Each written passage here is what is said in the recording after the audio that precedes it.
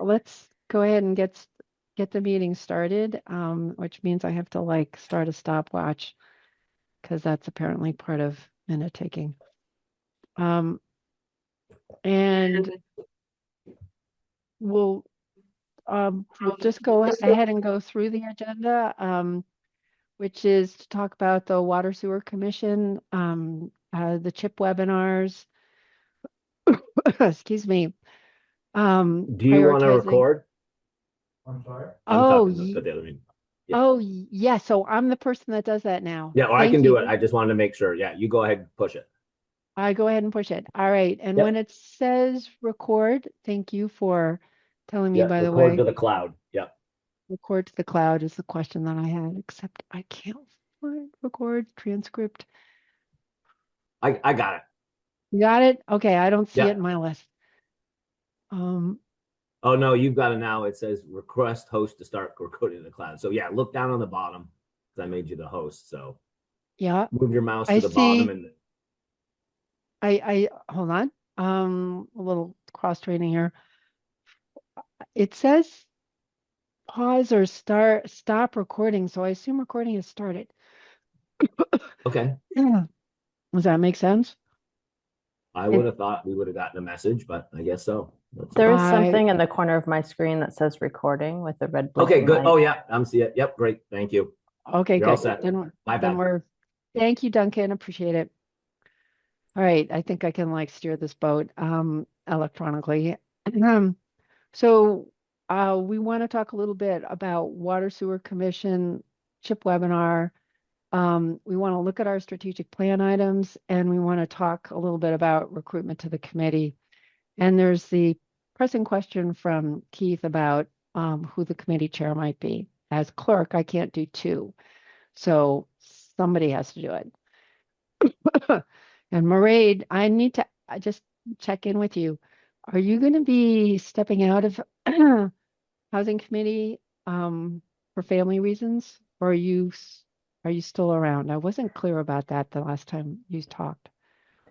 Yeah, so when you and I spoke several months ago, I said it was my plan to stay on, but that I Okay. didn't want to be the chair in light of Yes. Yeah. Okay. those commitments and yeah, some other things, but it's my intention to stay on. Good. All right. I'm so glad. And and Andrew, I'm sorry you're sick, but I'm really glad that you're here anyway. That's outstanding. Thank you for uh, weathering through what it is that you and your family are going through. So if we can do those things, I think we will have like an excellent meeting and a way for me to help continue folks moving forward. Uh, is there anything else that we want to do for the agenda? So the Planning Commission has suggested that we talk about, but I don't think we need to do it today. It looks like we have a pretty full agenda about the short-term rental situation. Do we need to think about that or not? So there are differing opinions about whether it's a problem and we need to have regulations about it. So at some point, the Planning Commission wished for the Housing Committee to think about whether our housing situation would be improved if we had regulations about short-term rentals, whether it would or not. And the first step seems to be to finding out, do we have a problem with it or not? So anyway, that I don't know if that's really on our I strategic plan or not, plan. but it's that was the request from the Planning Commission. So I'm just passing it on and we'll just put it somewhere on the list. Let uh let me add it to the conversation about our strategic plan prioritization because Mm-hmm. I think whether it's new or not, I mean people can always ask us to look at new things, but we should look at it in the context of, well, what else are we trying to do? And I don't think it's an irrelevant question. It's also not a small question, given that we can only do so many things. Right. Would that be because they're going to be taking up the topic this year, or they're just curious our opinion? They want to know if they should be taking up the topic. Yeah. So we have I think our top priority on the planning commission is going to be stormwater right now, Mm-hmm. because stormwater both in and out of the village, we need regulations. We don't really have any regulations about stormwater. And if we're going to be adding density to the village, which we're supposed to be doing, and have made allowances for removing all the pervious surfaces by putting buildings on them, if we're going to be doing that, we need stormwater regulations. So I think that's going to really be what takes up a lot of our time. We may not really get to short-term rentals unless somebody thinks it's a priority. It often comes up that people think that the housing situation is worsened by the short-term rental situation. We don't know if that's really true or not because we haven't looked into it. So that's the question. Okay. Should we care about it right now? Okay. So All right. I've added it to that section of the agenda. Thank you, Virginia. That's great. thank you. Um, the December 9th, 2025 minutes were posted to the website. Are there any questions or edits to it, or is everybody happy to accept it as written? Happy to accept. It's good. Okay. All right. All right. Then Water Sewer Commission. Can I turn this over to you, Mairead? Yeah, sure. So during our last meeting, we agreed that I would reach out to the commission and or the superintendent with a list of questions. I have reached out to the chair of the commission. I wanted to avoid right now bothering the superintendent unnecessarily if I didn't have to, just to see if the chair of the commission could answer our questions. Virginia, I'd reached out to Andrew and Virginia just to make sure, I was asking things that they thought were relevant, and heard back from Virginia. So I added some of her questions. I haven't heard back from the chair. In part, I think it was my delay. I had 2 full weeks of no childcare and a lot of things happening at home. But Chair Woolivard did say that he would try to get back to me by the end of the week, responding to my questions. Some of the questions I think we were concerned about, or one category of questions we had, was regarding the new pump. And Virginia, it looks like you got a lot of, we received, you received an email from Bard about the water sewer pump with an engineer's report. I didn't dig through all of the documents that were attached, but I think, that correspondence begins to answer some of the questions that we had around basically like how far Richmond is down the road of considering the new pump, and sort of the specifics of like why, when, how much. So I started reading through that report, and yeah, would be happy to chat about it further, but that's sort of my brief update. I can pause now. So do you think that so I'm trying to connect this to what I never went to a water commission meeting, water sewer commission meeting. Right. And my recollection, so please bring me up to date, was that access to water and sewer was one of the biggest and potentially solvable constraints to more housing. That if there's an opportunity to extend or support using more of the town's water sewer system, for which there's been documented plenty of additional capacity that's not used, that would be an easy way for developers to say, oh, there's a way for me to add more housing units to Richmond. So there's something about the capacity of the water system. And then what I recall, and I'm sorry I didn't go back over my notes on this, Mairead, that the new pump is important because it's replacing an old pump, and potentially the new pump could expand the capacity, at least in one sense, of the water sewer system so that it could support even more or support it in a new place. I'm not sure about that. So let me stop there and say, is my memory serving me well, or can you fix it? Yeah, I think that's all part of what we were trying to understand. So I reached out asking if we could get some more details from the Water Sewer Commission about what the reserve capacity currently is, within the entire or from the water sewer facilities. I don't know all the sort of terms, because yeah, you're right that it's our understanding based on the Water Sewer Commission meeting we attended that there is quite a bit of reserve capacity. So we just wanted a little bit more data on what those numbers are. And additionally, yes, we wanted to get a better understanding of this potential new pump, what the timeline would be, what the cost would be, because I mean, for a lot of reasons, but obviously most relevant to housing is exactly because there was a part of the conversation, I think, explicitly stated that there would be 600 plus unit sort of addition to the current capacity across the river.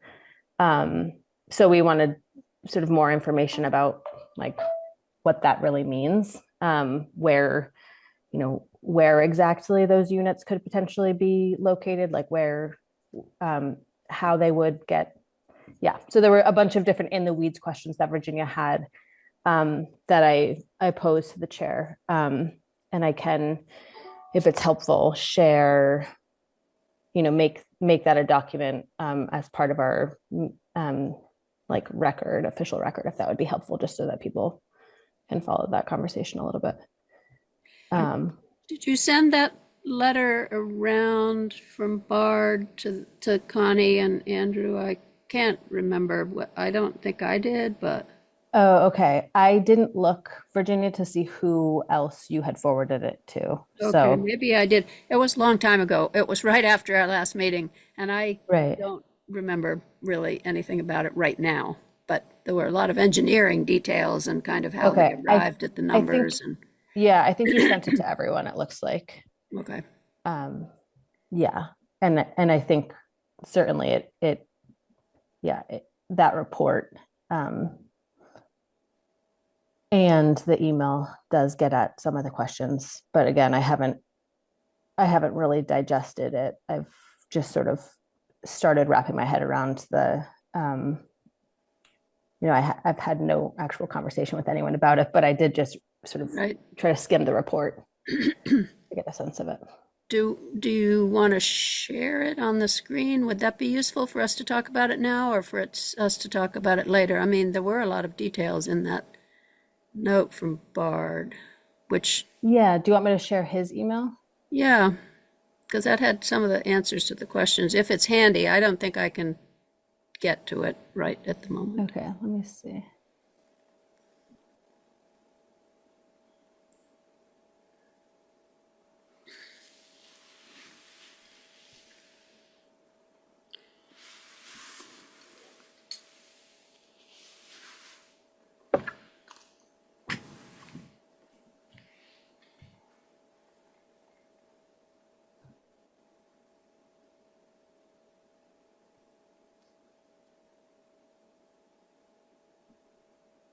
This is what being out of the workplace for a year does to you. I have no idea how to share a screen any longer. Hover your cursor underneath our pictures, and you'll see if you expand, you may have to click on the more button. Oh, okay. But there will be an icon that's green, a green rectangle with an arrow pointing up. Yep. Yeah. Then you have to pick what you want to share if you have more than one window open. And does she have permission to share? Oh, does everyone have permission to share? That's an issue sometimes. Sometimes only the host has the permission to share, but I think I do. You would get a message probably by now if you didn't. So if you're up to picking a screen, then you can. Okay. Let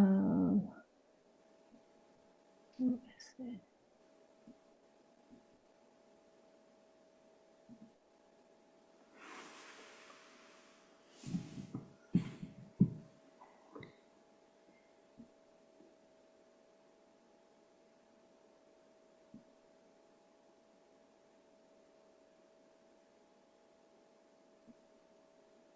Is this not?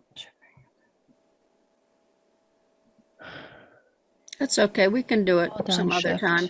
I mean, Okay. I'd like to look at that again and find it and Right. dig it out, and because I can't remember really exactly what it says.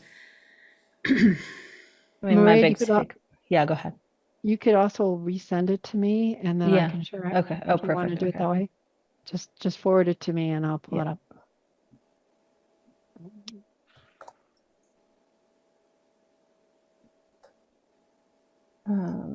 Your email again, Connie. It's not Connie. It's Richmond Yeah. Okay. Richmond Cove. So it's got my initials at the end of the word and Richmond.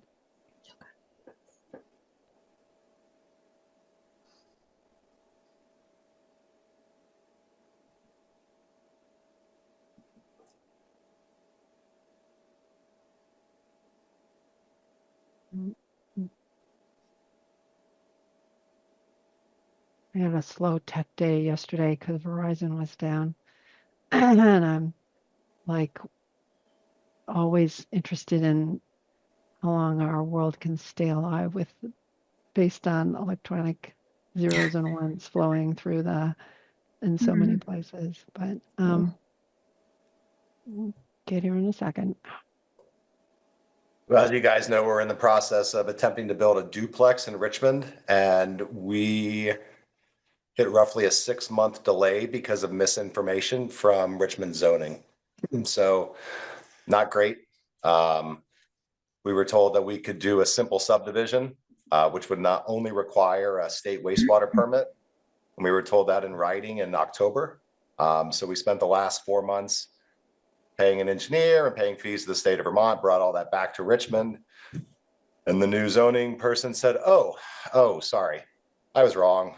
You actually have to meet in front of the DRB. So we'll get you on when you can. But in the meantime, you got to complete all these documents, file these fees, get an attorney, and then send us all this back. And then we'll listen to you and your engineers at a DRB meeting.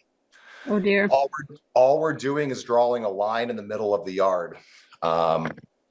And it requires, first we were told the wrong stuff. Now it requires an absolutely silly amount of money to attorneys and engineers to go sit in front of the DRB.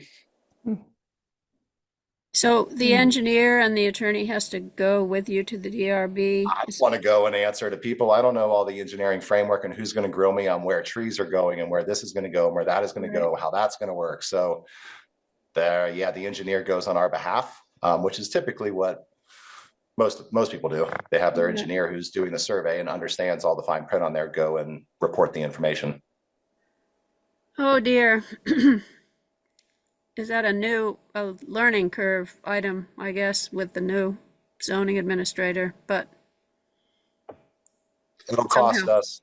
Yeah. We're gonna spend about $18,000 before we put a shovel in the ground. Yep, that seems crazy. Yeah. Marie, it's not showing up yet. I don't. Okay. Yeah. I don't know what to say. I emailed it. Yeah, I know you did. It's just it's gonna show up when it shows up, I guess. Jeez. So anyway, it's I don't know. Yeah, I don't know if we need to get into all the weeds of it. Okay, Right well, now. some other time when we have all reread it again, maybe, and because I just can't remember what the details were. Yeah, maybe what makes sense is I'll hear back from Chair Willivar, hopefully by the end of the week, and at the very least by the next meeting, or at some point in the interim, I could reach out to share what I've learned from him, and then we could either put it on the agenda for the next meeting or something else. What I saw on that. Sorry. Go ahead, Andrew. What I saw in that email correspondence was that 600 is never going to happen, that a realistic number was plus or minus 80. And that would be over a period of roughly 20 years is what was anticipated. 60 is just like taking the acreage and dividing by 0.2 acres and multiplying by 4 and voila, there's your number. But you have to detract for impervious surface and lot coverage and setbacks and wetlands and floodplains and realistic projects. So 41 to 123 was the estimate. People seem to agree that 80 was roughly what might be added over there. And was he saying anything about the size of the pump then, that it didn't That was a need, whole separate piece, was all the engineering around the pump. right? Yeah, yeah. So this is Murray's email, which includes something from Virginia that came from Josh. And what Josh says is, I want to share a few documents related to the conversation about maximum build out in the water and sewer district on the south side and the pump station. He's responding to a question about new zoning density rules and the maximum number of units allowed in the area. The answer is 766. There are currently 80 units, so there's a maximum of 686 units that could be built. As you will see from the email exchange, we discussed what is realistic to be expected over the next 20 years. And Keith proposed somewhere between 41 and 123 new units. Then he's attached the engineering report, which discusses future growth on pages 20 to 22. And I'm so sorry. And the report anticipates 97 new units in the next 20 years, which is right in the middle of Keith's range. Is that what was the interesting piece of this, Murray, or am I off and we should be looking at something else? I think that's a question for Virginia. Yeah, I think that so, was part of it. I Yeah. mean, that was part of it. And then the other question that is important is, how are we going to make sure that the units are connected to the system when they're built? What if they're built one at a time and build their own septic fields? That's fine, but then there won't be that number of new units that are, involved in the system. So that's one question, how to make sure that they are going to hook up. It just, and what is the size of the pump? Is it a pump that's now going to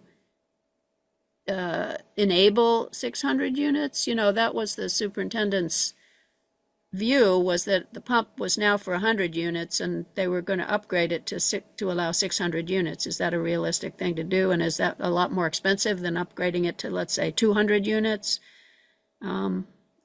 So those are some other questions. I can clarify some of that. There is no opportunity for the way they ran these calculations and the way this build out works. There is no opportunity really for them to put in a well or a septic.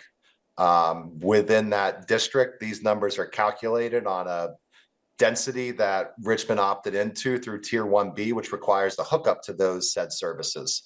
So if there's any subdivision or any addition that occurs, to utilize this zoning, they have to tie in to the public water and sewer. Oh. They can't put a 4-unit building on 0.2 acres on a septic and a well. They have to tie in. Interesting. But so, I mean, that would be if you put the 4 units. If somebody puts 1 unit on 1 acres, then, and somebody else puts, people aren't probably going to build to that density right away. I don't believe there's any vacant 1-acre lots there where that would be applicable. Because if you look at the density, once you find that email, you'll see they give us a chart. If you pull up that chart, available units 313, most of these they all show the lot sizes. The handfuls that are already 1-acre lots already have multiple units on it. So number of possible lots, number of units per lot, number of units per lot currently, number of units available. So they run all this math, and the majority of the lots through there are less than 1 acre. The one that's 3.6 acres, for instance, already has 16 units on it. There's a 4-acre lot already with 3 units on it. So long story short, they're just gonna struggle to put in well and septic. And honestly, it'll be 8 times more expensive for them to put. There's no person in their right mind that ignores a water and sewer hookup for $870 or something versus putting in a $25,000 septic and a $15,000 well. It's $40,000. So I don't think anybody's going to do that. Well, that assumes that the lines are there already and that those developments don't have to pay for the lines, right? I got to go back and read that letter, but What do you? I don't know what do you mean the lines? Yeah, that density is all based within current water and sewer. So they overlaid the water and sewer district and said inside our water and sewer capacity over here, these are the lots that can tie into it as is. Does that make sense so far? But I don't know that the lines, I mean, the line may extend to the district may be bigger than where the lines are. Well, I can't speak to that. I can speak to how they did the map overlays. Yeah, because for instance, in the Gateway District, the whole Gateway District is a water and sewer district that was voted in, but there are no lines out there. Because there's only 25 or 30 parcels on here. So okay, that sounds about right on what would be over there along those two right and left-hand turns past the round church. mm-hmm. Can you share that map, that first attachment on this email, available units 313 right there to the left underneath, like the very first PDF attached? Hold on a second. Oh, What? it was right there. It's Right there. It's Yes. the available units. Yeah, I've got Yes. that up. Give me a second. Available units. Here we go. This one? Correct. So that's the units that are in that. If you scroll down, it stops on page 2. There's not that many units listed. It's 63 total acres. So are the red blocks what is Floodplains. floodplains? So not included in Correct. development opportunities. Why do they have possible number of units if they're in the floodplain? They reduce them at the end. It's just to give you Oh, I food for see. thought. Yeah. Okay. It's just showing what the hypothetical, that's why I said before, it's not a perfect equation. They just took the acreage divided by the lot density and multiplied by the units possible, and voila, there's the number. This is them doing the back work to potentially pull out, extract those, because we asked what's realistic. This is them showing what legwork they've done to determine what is realistic over there. All right. So these are lots that are already on lines. They must be ones that where the lines pass by. See, like the first one, 12 acres, number of possible lots, 60. That's because it's 0.2 acre zoning within the water and sewer district. Yeah, I can't really read that. It's too small, but all right. Try that It again. has to be both. It has to be both water and sewer. Mm-hmm. So were you talking about this first non-red one, Andrew, or something else? No, I'm just saying like, this is a good snapshot. Like I'm saying, looking at these numbers and looking at the lot sizes and working everything backwards, Virginia's question was, are they just going to, how do we know they're going to tie in over there? And my point is it costs $35,000 to $40,000 less to tie in. And these lots are already, it's at the street. It's like, there's a manhole out there that they can tap. It's right there. It's not, I don't think this is something where I'm like, yeah, it's a district and it'll be $1.4 million to get water over here. Do you want it? Like, no, but I think these are all just curb cut, run your utilities, tie in, kind of like I'm doing at Browns Court. Well, So these are you have to tie in if the line goes by your house. You're required to tie in. So that's what I'm saying. That's why I'm saying there's no option of not tying in. There's no option of spending a lot more money to build your own. There's no option of that. You have to tie in. That's so fine. these are lots that exist and do not have housing units on them and are close to the water sewer system and could tie in and would be supported by a new pump. No. Okay. No, they all have lots in them. So column 1, 2, 3, 4, 5, 6, 7. The first column, number of units built to the right of the red. Yeah. Yeah. That's how many units are on those lots. So Okay. first parcel of 12 acres, there's only one house on that.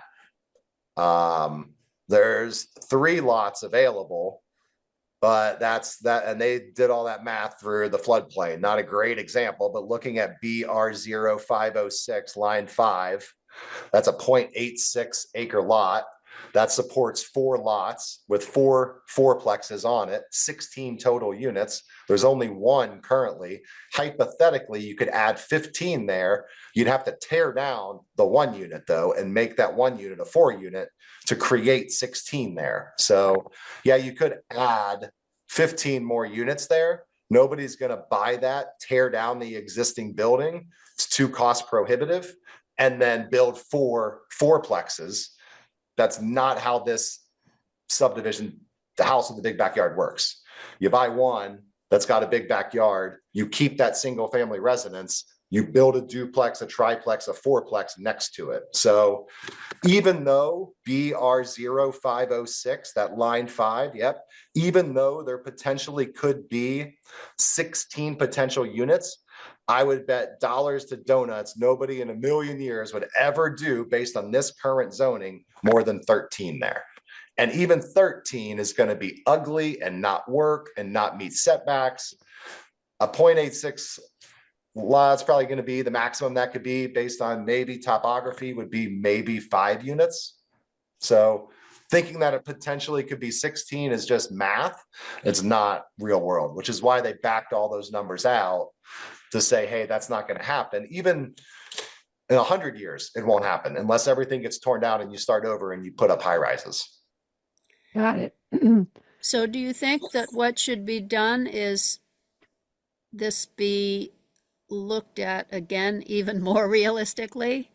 I mean, I by think they did a good process by backing out the details. And I mean, I'm not kidding. If I knew what all these parcel IDs were and somebody could show those to me, it would take 45 minutes to go through and look at the lot and be like, oh, this one works for 3. This one works for 5. This one doesn't work at all. This one works for 11.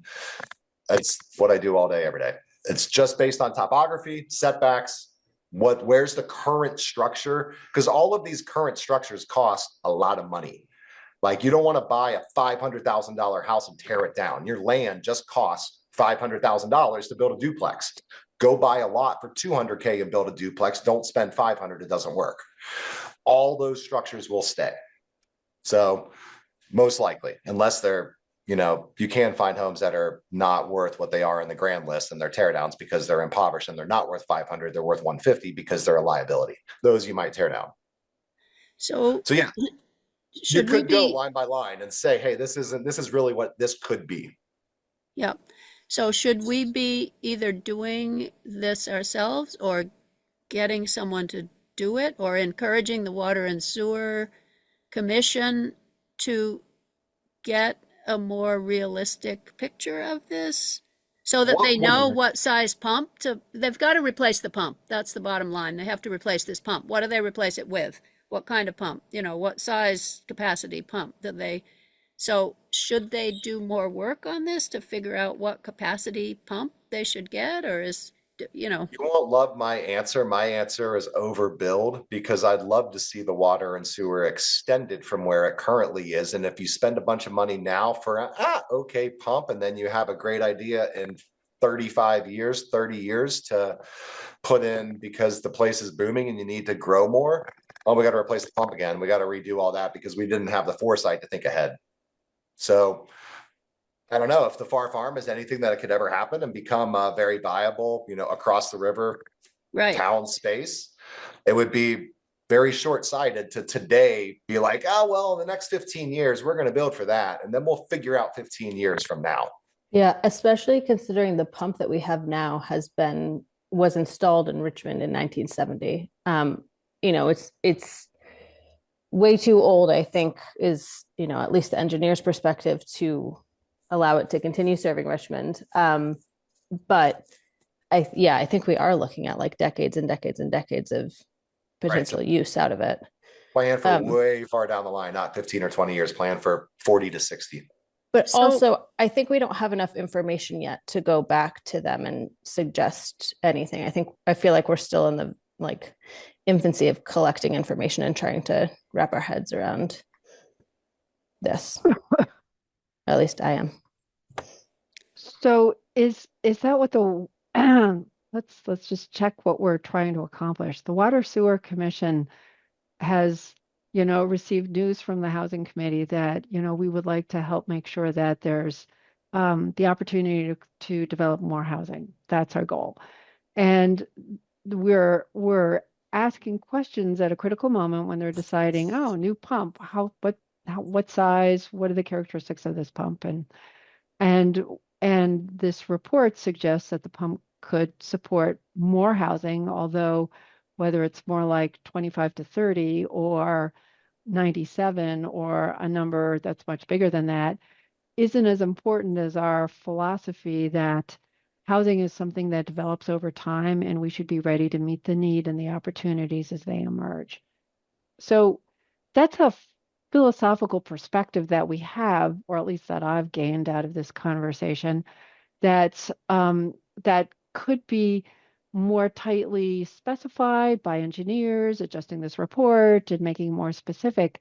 But if the idea is what's the philosophy, then in one sense, what we're trying to do is provide to the Water Sewer Commission a perspective rather than a specification.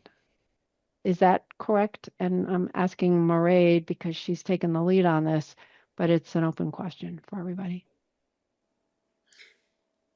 I mean, that resonates with me.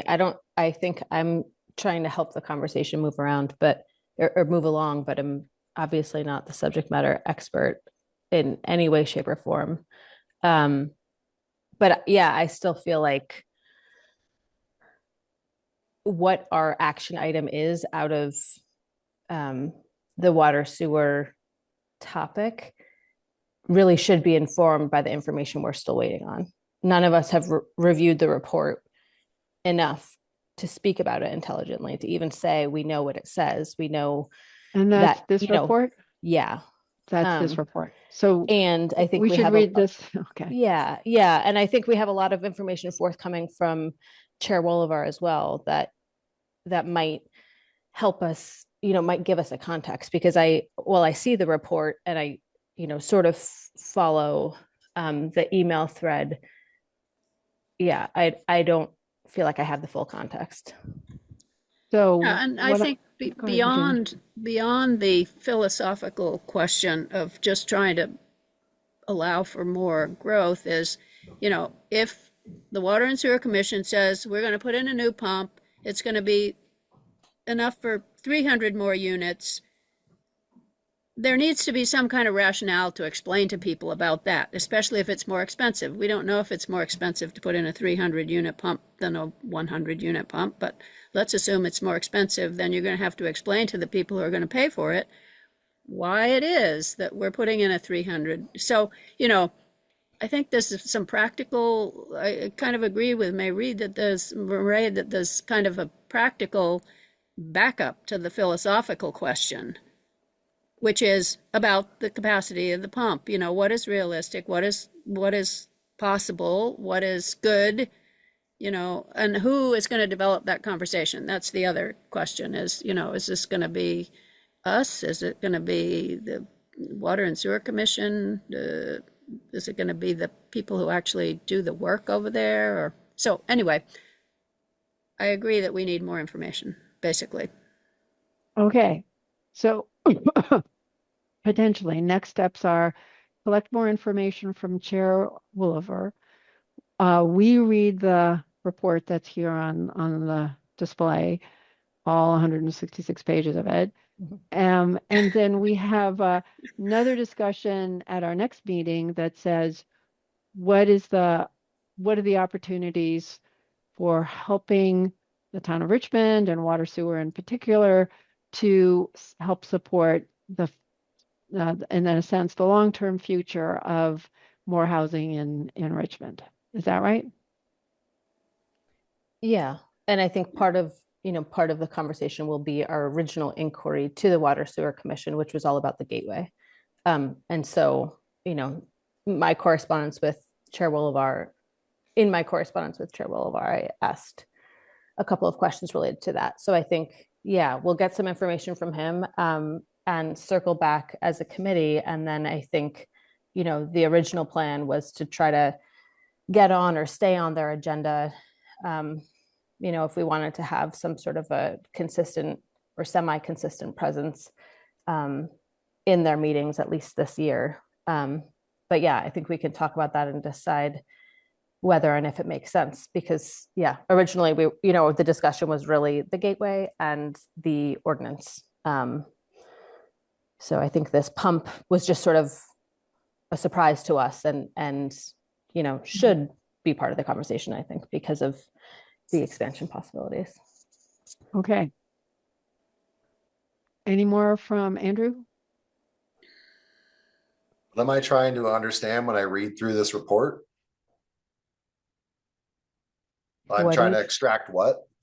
Like, just so I'm clear, so I know what to focus on when I read through this giant report. What is it exactly that we're looking to extract from it? Because I don't see it's our position to understand the engineering and the location and all that stuff. We're just focused on the use, the amount. Yes. So if you want me to forward you an email, that the email correspondence that I had with you and Virginia had posed a series of questions just to try to understand a little bit more about the pump.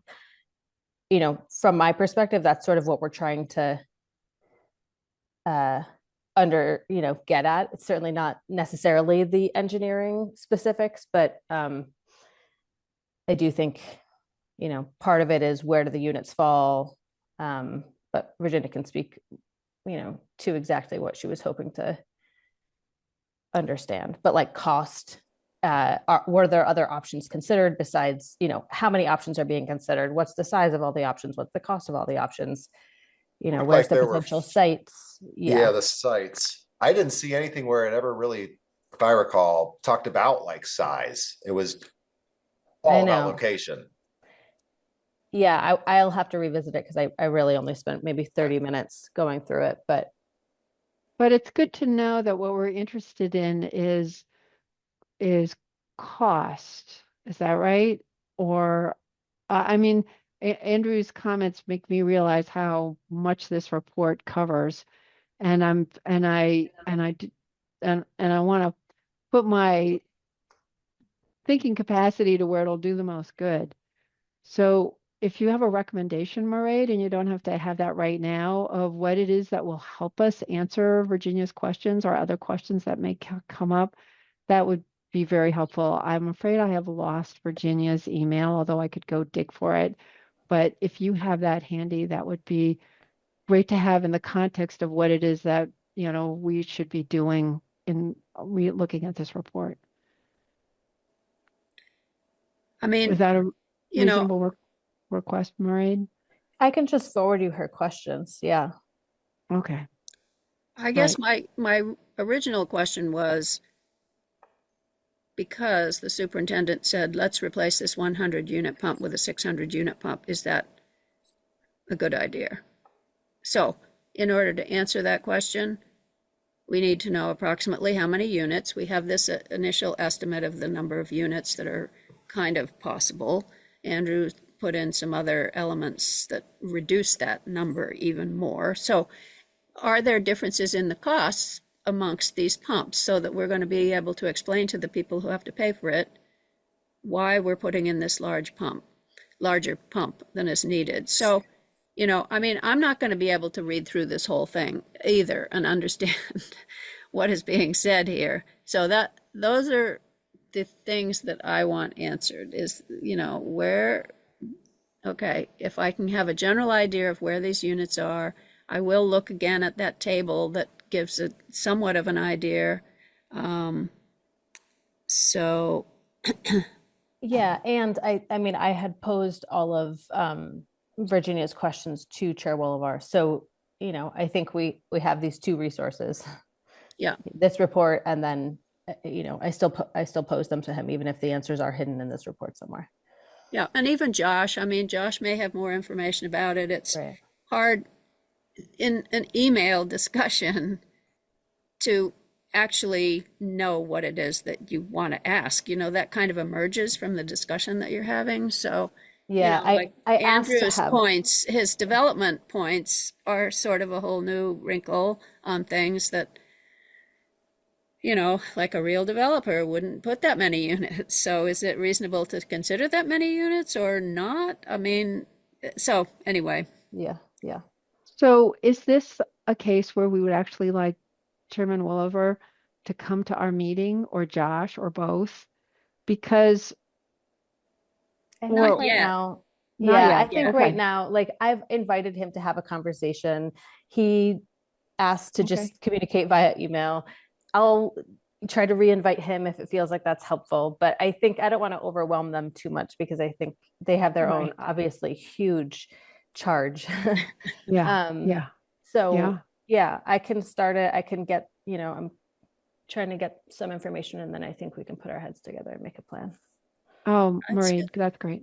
All right. be So, a longer process. It's not going to be next week, I mean, no. there's a lot of information I think that we need to even think about before we start talking to these people about this. Yeah. Okay. So is the goal to read this document then, Marie? Is that going to help us get smarter about how to answer our overall question? You're not sure. I mean, yeah,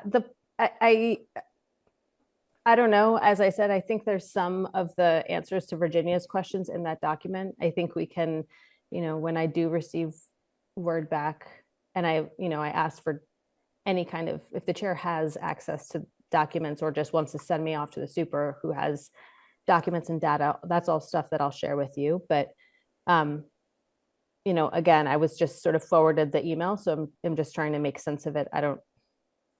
There's not like a key of find the answers Right. to the questions here. So, I mean, I think if you have a little bit of time, great. If you don't, Yeah. Well, time is always about, it is always about what do I need to do to actually be helpful? Because right. I like to read, but I also like to be helpful. I got your email. It came through quickly with Virginia's 5 questions. Mhm. Um, so, or yeah, 5 questions. So, and you sent it to me. So thank you for that. I, I think I'm going to, when I look at those questions, I realize that you have to understand the language in the report to be able to know if the report answers these questions. And I can certainly look for the word cost, for example, and try to ferret that out. Um, but I'm kind of wondering if the questions are really more simply answered by Chair Woolover or somebody who's Yeah. familiar with the entire picture. Yeah. And they've been posed to him. So I think, yeah, Okay. I wouldn't Okay. stress So too much about trying to find I'm time just to going to read the say report. committee members may read, um, and not make that as a required reading until there's like something to get the brain around. But that's helpful for me to remember why we are looking at this pump when the original question was in fact about the gateway. Well, Since that our was not our original question. We wanted to talk in general about the policies. Yeah. They assumed that we wanted to talk about the Sorry. gateway. Yeah. I think I So- misspoke. Yes, exactly. Our original, I mean, I would say to their credit, in a lot of our documents, we talk about how important the gateway expansion conversation is. But I think as Andrew sort of helped us think through in one of our recent meetings, like it's really not just the gateway. We want to have other areas of Richmond on the table. So Wanted to talk about the ordinance and what, what that, could be yeah. done to change the system. So they okay. have a lot of information about the gateway because they were working on it and they just went with that. But Yeah. so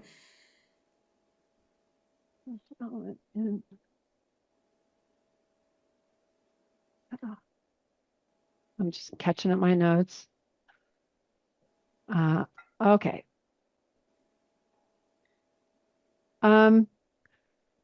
So we're gonna we have about a half an hour left. And that was really helpful to reorient me about what it is that we need to understand to help the Water Sewer Commission help us think through what does it take to support additional housing in Richmond. The next item on this list is related in a way because it's about the CHIP webinars that are that took place, started last week and are taking place this week. And they're not just about CHIP. They're about funding mechanisms that can support CHIP. And I went to the one last week, and Mairead, I saw you were there too, correct? Mhm. And then I couldn't go to the one I think was on Tuesday because I had a work conflict and I could not change that. And that's how it is some days. Um, and were you able to go to that one, Mairead? That's sort of a similar, yeah, I ended up having a conflict despite my intention to attend this last one. I did attend the first one, yeah.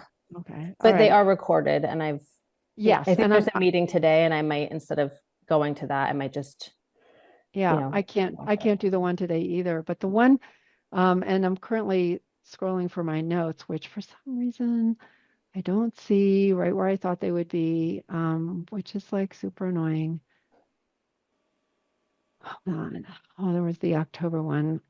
What is that one here? Not the other one. Um, where did I put this? If I didn't put it right in front of me. Sorry, folks. It's While gone. you're looking for that, Andrew, should I talk to Keith about this problem that you're having with them, with your duplex that you have had that is going to cost you all this money? Well, this I money mean, isn't all yeah. due to that. A lot of it's just due to the regulatory fashion of the state, but there are other sunk costs from carrying costs and additional engineering fees and attorney fees. I'd say the additional costs are probably 9 to 10K. You're welcome to say, hi, how's Andrew's duplex moving along?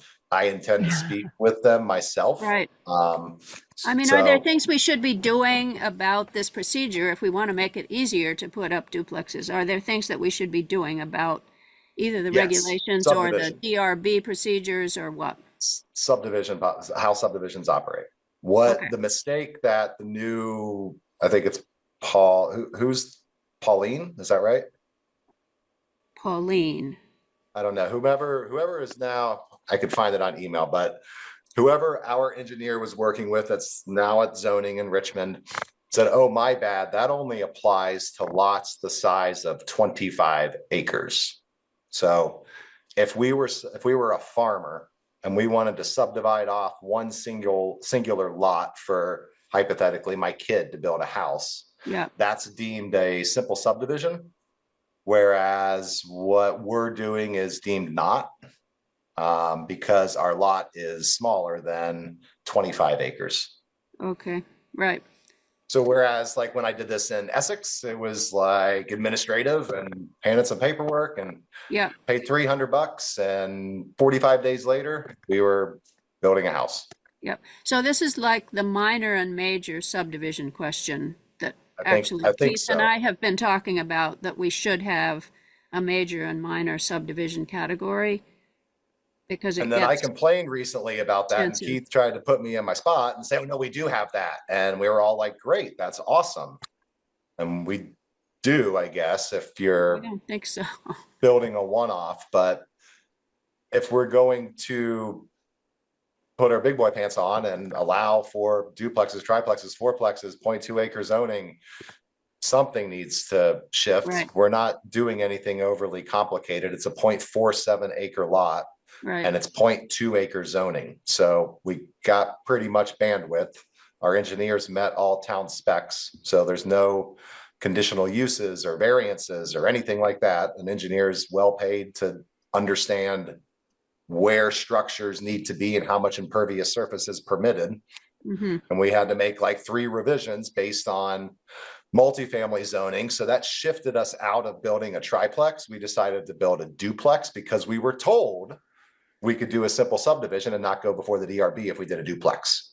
So we actually changed our plan. We were going to build a triplex, Yeah. but we chose to build a duplex instead because we understood that we could shave about $15,000 of carrying costs and permitting fees. Mm-hmm. And we also felt that probably the product might be a little bit better as a duplex. We were going to do a triplex until Richmond told us, oh no, you need to just do this and you're good. So Right. that's quite Okay. frustrating. Now we've already applied. We could have been doing all of this simultaneously instead of spending 3.5 months working with the state of Vermont, the wastewater division, and our engineers to do the wastewater permits. We could have simultaneously been working with the town on all their specs and attorney fees and legal docs and this and that. But now we finished the whole state process and now it's like, boop, back to Right. start one, now do the whole town process. And it's just like it doubled all of our costs when it comes to engineers and attorneys. And that was a problem from the new zoning administrator's advice or the engineers or some engineer, some Pauline or something. I don't know the name of who Zoning. you're talking about. What? Zoning, I have an apology letter from zoning saying, I'm so sorry I messed up. This is my fault. So this is Dante Denault, our new zoning Dante, administrator? there you go. Yes, yes. He was very apologetic and nice. Doesn't get me any time or money back. Right. Okay. So, I mean, it sounds like the regulations are a problem. If we don't have a minor and major category, then that's a problem, which I don't believe we do. Our subdivision regs are really old. They need to be revised anyway. So there's that problem. And then there's the mistake problem, which is costing you money. So it's pretty egregious. I mean, if 25 acres is what it is, and they're like, yeah, it's very clear in 2.6.1 that it's got to be greater than 25 acres. It's like we weren't on the cusp. We're 0.47. Like, right. So yeah, maybe some more education or oversight of newbies that come along to make sure they don't. And it's just frustrating after Keith ripped us because we said they need to be a little bit more streamlined. So this is literally exactly what I'm talking about when I say that. Right. This is the opposite of streamlined. Yeah, we put in the town plan all these exact things that need to happen, including a major and minor subdivision and a subdivision regulation and some other DRB things. It's all very frustrating. Okay, anyway, well, thank you for filling me in on that. And, you know, I mean, I think they need to hear that, and it probably, I don't know, it seems. I wouldn't be nearly as frustrated if I wasn't felt berated by Keith for using certain language in a paper. Yeah. Well, so it's kind of backfired on him. I was waiting for him to reach out and say, hey, sorry, but I never heard from him at all. Mm-hmm. All right. Not his strong suit. Okay. Thank you. Anyway. So we'll work on it. That is a good thing. So we're at about an hour into our meeting, and I want to say that I've got a little bit of information from the first workshop or webinar that took place last week. But I want to say that it may be information that Andrew and Virginia already know about. It was not about CHIP. It was about the tax increment finance process for Vermont communities that is a mechanism for taking advantage of CHIP. So there was an entire hour and a half time spent around explaining the basics of finance and funding possible development opportunities, which has been around for a while. TIF isn't new. It's just got a new opportunity in supporting project related to CHIP. So my question for Andrew and Virginia are, do you wish to know a little bit about tax increment finance in relationship to what the opportunities are for funding development projects, infrastructure projects really in Richmond? Or do you feel like you already know this stuff and this was good for me, but you didn't need it? Go ahead, Virginia. I don't really know a lot about tax increment financing. So well, then, if you want to talk about it, that's great. Then let me give you just a really, my perspective dumbed down because I don't really understand it in great detail. But essentially what you're doing is that you're telling the state, which owns the supporting mechanism, that if you can use future revenues to build a project, then you'd like to have some money to do that and pay it back off of those future revenues. So if I do know the basics, by the way. I do know the basics of the situation. Okay, good. Okay, good. So what it mostly did was explain those basics, how funding works. And then it did a lot of making sure we understood what the process was for using it, that you have to establish a TIF district. You have to do a certain kind of analysis, get a consultant. They suggested a few of their friends. This was a external person from the state doing this. You have to do a feasibility or market study. You have to then do a development plan, and then you have to get an agreement. This is all done in partnership with someone who actually develops the land. But you as us as a municipality can be a partner and help support that using TIF as a method of leveraging future funds into current use for developing new properties. Andrew, does it sound like I got that about right? I mean, yeah, I'm not highly educated on this. This is outside my scope of what I take on from my own personal level. So I've never been involved in a TIF project whatsoever. I just know enough to be dangerous. So, Okay, that's yeah. good. That's okay. Mairead, do you want to add to that? I think that's about what I understand. Yeah. So it's kind of here's how you can get this started, but the actual information about CHIP is in this afternoon's webinar. I think Tuesday's webinar was about applications of TIF. So you could learn all the different ways different communities have used TIF as a supporting mechanism, using future funds for current development project and then paying it back over time as those future funds come in. Sounds like, a loan. Essentially, it's just a way of explaining how the loan is going to be paid back. In a sense, you're protecting future revenues, but you get secured the revenues that you currently get. That doesn't get touched. So the municipality doesn't have to worry about a loss of income. It gets the advantage of being able to use new income to pay for a project that can then sometime in the future start building in more revenue after the loan is paid off. Virginia, does that make sense? Does that help? Does it sound accurate? Yeah, I mean, in general, and I have to say, been put off by the amount of management that it takes, and just do not feel that we're capable of doing that. But I mean, that's a prejudice that I probably should get rid of if we're going to try to think about it. But I mean, No, I think from the your amount of work on the town's part and understanding that people have to have of it, and I just can't see our volunteer bodies being able to do it. So anyway, but that's just, I'll get So- over it. Mairead, were you going to say something? No, I was just going to say, I think that's a really reasonable perspective. And it's my recollection that they did start to address that just by talking about how some of those costs, that are ultimately paid off through the future tax revenues, part of the costs are providing additional support to the towns, because it is unrealistic to expect that, an already stretched thin small town is going to develop the capacity to understand and effectively monitor all of this. So I think, a lot of towns in Vermont who have used it, it sounds like they're pretty reliant on, an outside firm to help manage the project, basically. That was my impression too. The challenge, I think, with TIF projects, as I've always understood it, is the districts need to sustain long-term and midterm growth.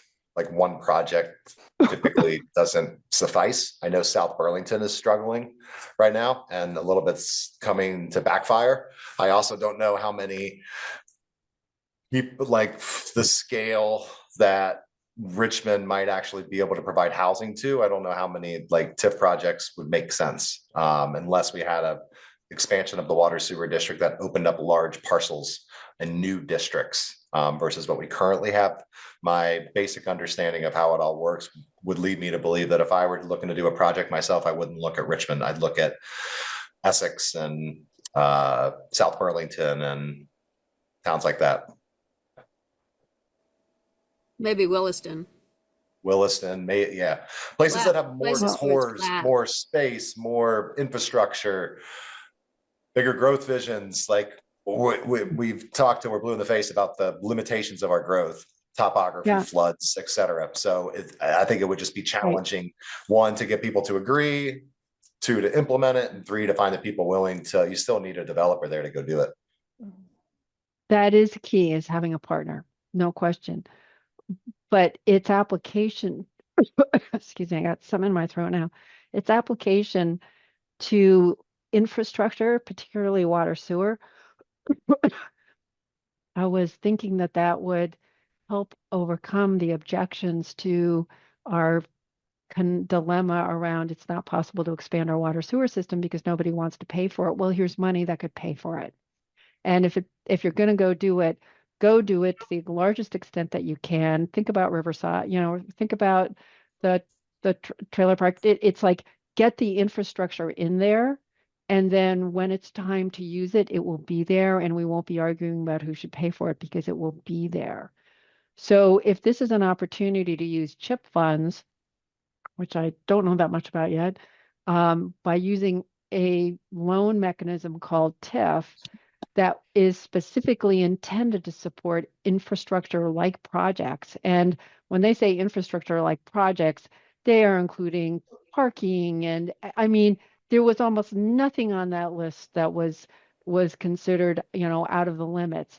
That as long as you've got future revenue inflows that will pay that off, which is the key, you have to have an expansion in order to be able to pay off the loan. And that obviously means that you need a partner who sees the opportunity and can promote that opportunity. Then you could solve the water sewer infrastructure problem. So that's why this sounded so interesting to me, was because it sounded so geared to what our major obstacle is. And in our strategic plan, water sewer became like, well, here's the biggest constraint. We can't expand downtown development unless there's more downtown water sewer. So what can we do to expand that? And it's partly up to the developer, imaginary developer, to help think about, well, what are the opportunities and what could we aspire to? But then that becomes the basis of the development plan and all the other stuff that I mentioned that's part of the process. So it's like, here's a possible solution. Is it perfect? Well, it does require a couple of things that have to be figured out. And there are lawyers and consultants and all kinds of people standing in the wings who want to be paid by the CHIP funds in order to make that happen. But if we don't go for it, we won't, for sure won't get it. But if we're interested, what would it take to engage someone for long enough to start thinking about how could this happen? So a partner is essential, a developer, right? Yes, yes. So how would we do anything about that? I mean, do you foresee us going out and trying to make a case to developers? Or, I don't think Andrew thinks that this is likely in Richmond.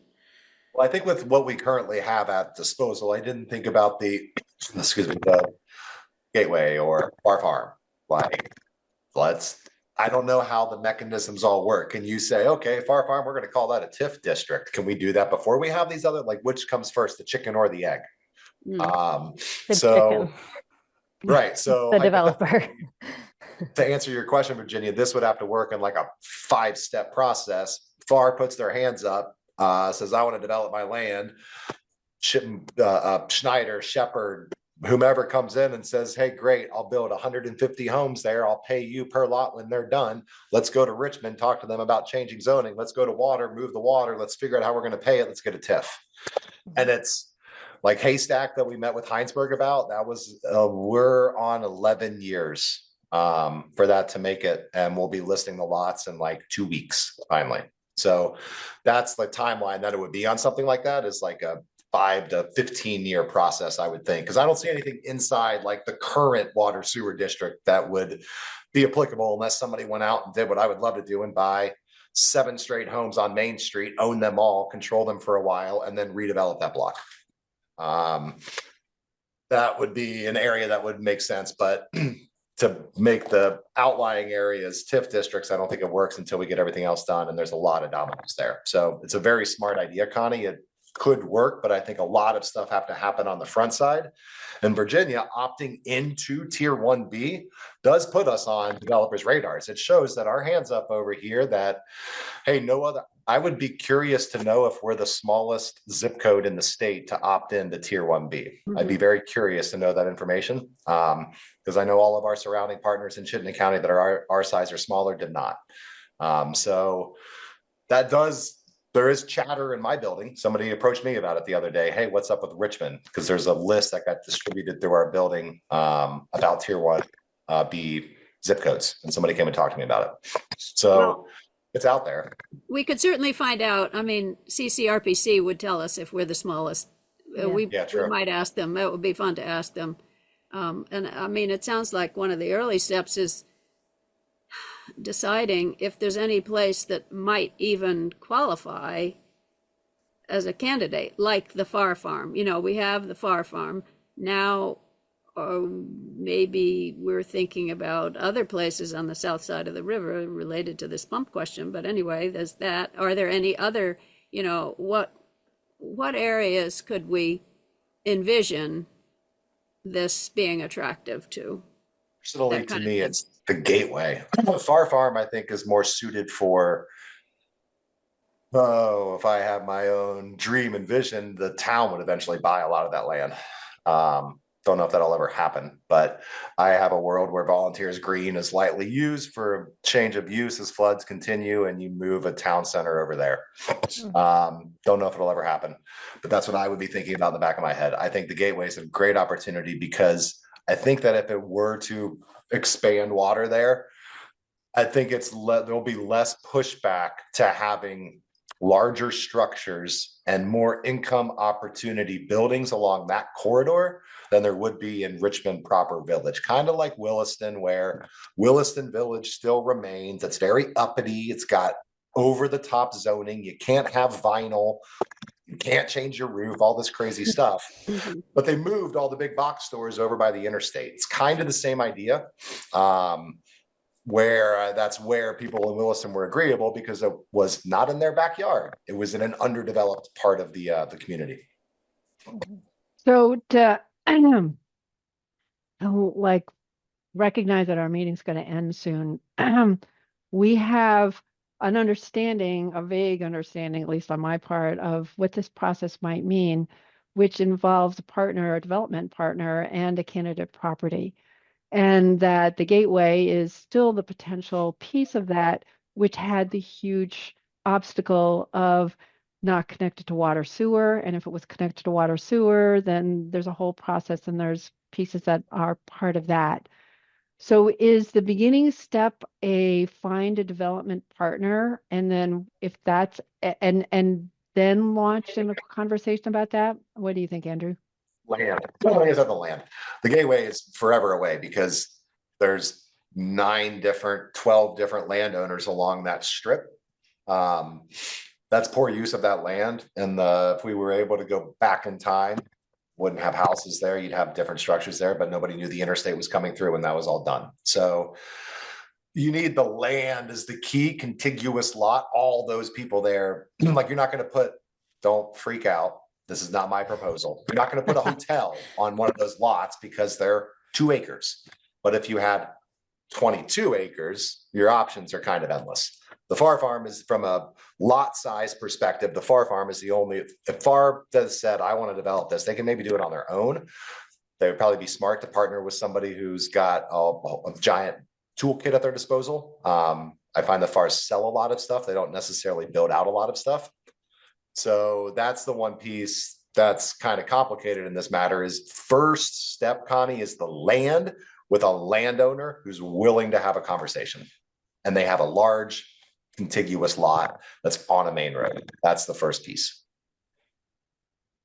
Okay, so let's pause the conversation here because how we might move forward is like another half an hour conversation potentially, but at least gets my brain up to speed to I want to learn more about CHIP, and I want to understand what the different opportunities are. So I get to do some of my homework, which is, asynchronously catching up on those videos that I wasn't able to get to and can't get to this week. And Mairead, it sounds like you're going to do the same. Is that a reasonable next step?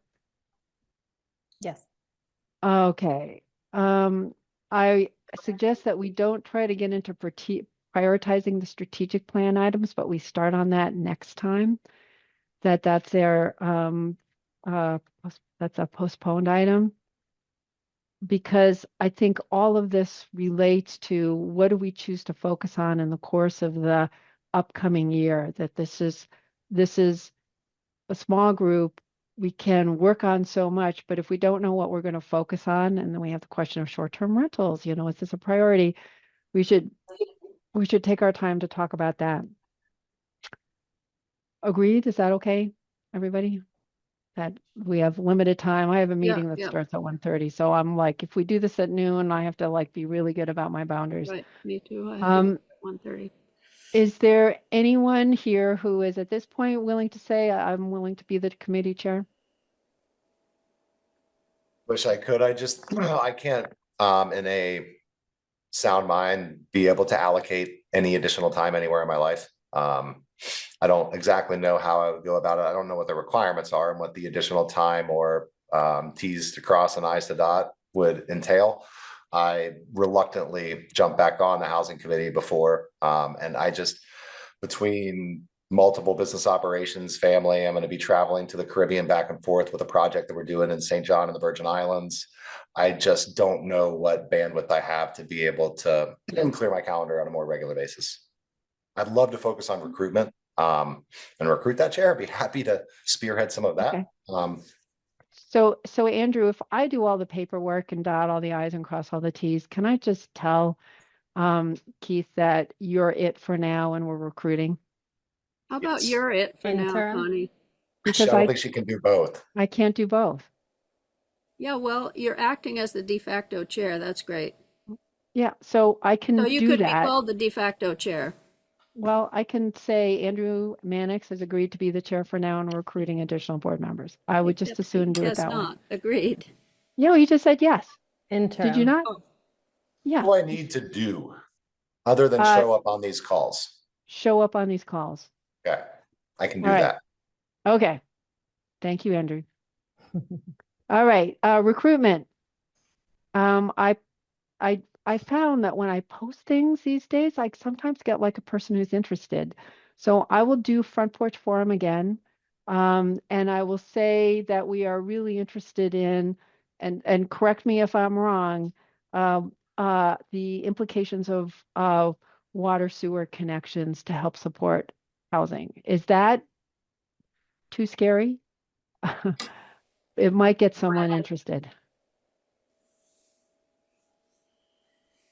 What do you got, Virginia? Well, we haven't determined that that's our priority from our list because we put that off till next week. So, Okay, then let me not do it until after we've decided that. I mean, you could do something else. You could do something generic. I don't know. I mean, I have the same problem. I'm trying to figure out how to get anybody on the planning commission. And I don't, Yeah. We're trying to decide if we need to put the issue out there that we're going to work on or how we are going to encourage people. What the persuasive argument is, I don't know. Yeah. Well, I don't know either. I just know that it's good that I try different things and sometimes I get a response. Yeah. So- Well, projects, I mean, I think in general, having a project, something that people feel is actually going to result in something is a good idea. I don't know whether Yeah. this particular thing is going to result in anything in the near term that Mhm. is going to be satisfying to people who would like to be doing something. You know what I mean? Yeah. So, Yeah. My experience so far is that a generic request doesn't produce very much. In your last request, did you include the charge? The committee charge? Because maybe, I mean, to me, I think that sounds really interesting, which is Okay. probably All what right. I will got try the me. committee charge. I will try that. Use committee charge. And I will follow up on that. That's what I can do. Okay. Other business, our agenda for next time is what I propose is that we have focus on our strategic priorities. And then we can do updates on the other two things, the CHIP and the water sewer, as that information is available. Before we leave, I'd really like us to pick another meeting date.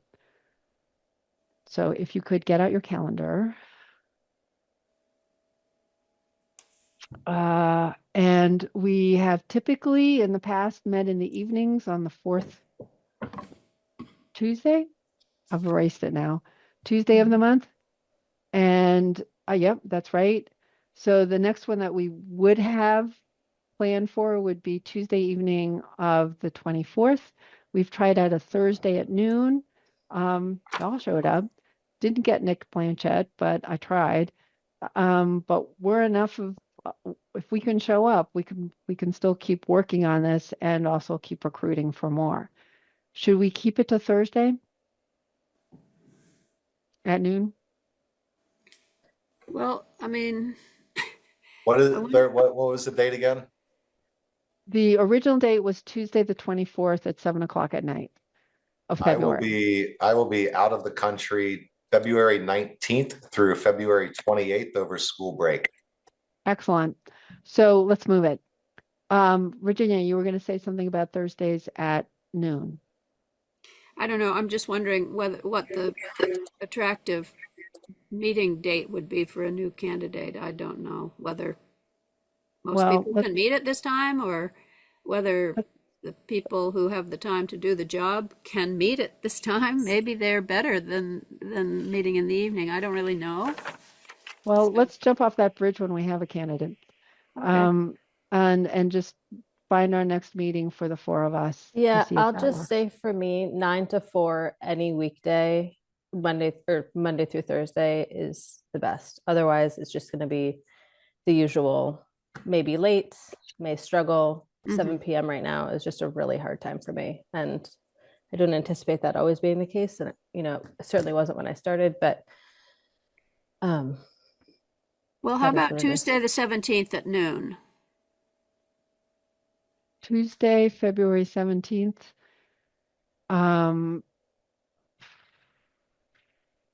I will work on that. I can make that work. What about you, Andrew? Are you available on Tuesday the 17th? From noon to 1:30, Yes. right? I'm available Tuesdays, 12 o'clock or after. You are not, or you are? I am, Okay. yes, 12 o'clock or Okay. after on Tuesdays. It All is right. Ramadan, but that only begins at sunset, I'll in keep case that in anyone mind. has that as a conflict. Thank you. So far I'm hearing everybody's okay for noon on Tuesday, February 17th. Yes? Yes. Sounds Okay. good. All right. Let me 12 to just 1:30. February 17th. Thank you, Virginia. Thank you, everybody. You're Yes. all you. wonderful. Thank you, Okay. Connie. You bet. Yeah. All right. Are we agreed to adjourn now? Yes. Yay. Thank you so much. Yeah. Okay. Take care, everybody. Bye. Thank Have a great you. one. Get better, Andrew. Thanks. And Yes. thank you. I feel better.